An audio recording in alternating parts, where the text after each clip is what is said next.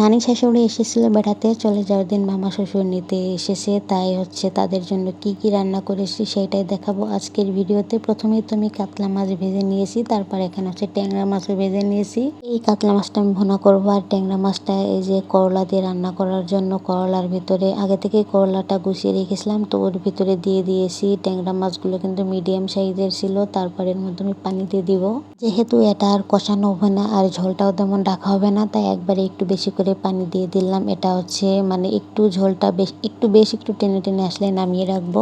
এদিকে কিন্তু অন্য একটা ফ্রাই প্যানে আমি মিষ্টি কুমড়া ভাজতে দিয়ে দিয়েছি। গোল গোল করে মিষ্টি কুমড়াটা কেটে ভাজতে দিয়েছিলাম, ভাজা তো প্রায় হয়ে গিয়েছে। তারপর এদিকে দেখলাম আবার মিষ্টি কুমড়াটা ওই যে ফুটে উঠেছে, একটু নাড়াচাড়া করে দিলাম যাতে তল উপর হয়। তারপর এদিকে আবার এই যে মাছ ভাজি করে রেখেছিলাম সেটাও নামিয়ে নিয়েছি। মাংসটাও আগে থেকে প্রেসার কুকারে সিদ্ধ করে নিয়েছিলাম, খুলে দেখলাম যে মাংসটা বেশ সিদ্ধ হয়েছে। এদিকে আবার পেঁয়াজ মরিচের ভিতর পাঁচফোড়ন দিয়ে আমি মিষ্টি কুমড়াটাও ভাজি করে নিব। সকালের একটা ডিম ছিল সেটাও দিয়ে দিয়েছি।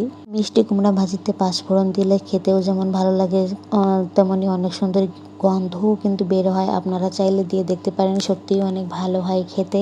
তারপর এদিকে দেখলাম আমার করলাটাও প্রায় রান্না হয়ে গিয়েছে। এখানে আবার একটা আমি কাতলা মাছও দিয়ে দিয়েছিলাম। নানি শাশুড়ির ঝোলের মাছ তেমন এটা খেতে চায় না, তাই এদিকে আবার আমি আরেকটা কড়াইতে আলু আর রসুন ভাজতে দিয়ে দিয়েছি। এদিকে আবার ঝোলের পানিটা ফুটে গিয়েছে, আমি এই যে কাতলা মাছগুলো পানির মধ্যে দিয়ে দিয়েছি। তারপর একটু নেড়ে দিব খুন্তি দিয়ে।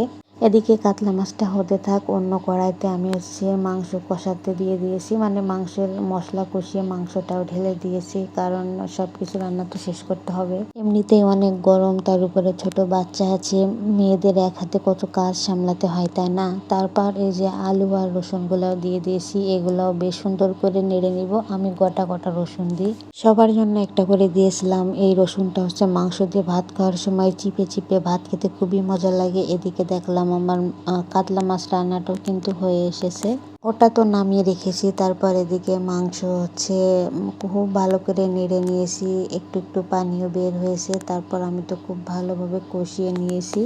এই মাংসটা কোরবানির মাংস ছিল, ফ্রিজে রাখা ছিল, তো সেটাই রান্না করেছি। মাংসটা মোটামুটি বেশ ভালোই ছিল, তো বেশ ভালো করে কষিয়ে নিয়ে পানি ঢেলে দিয়েছি।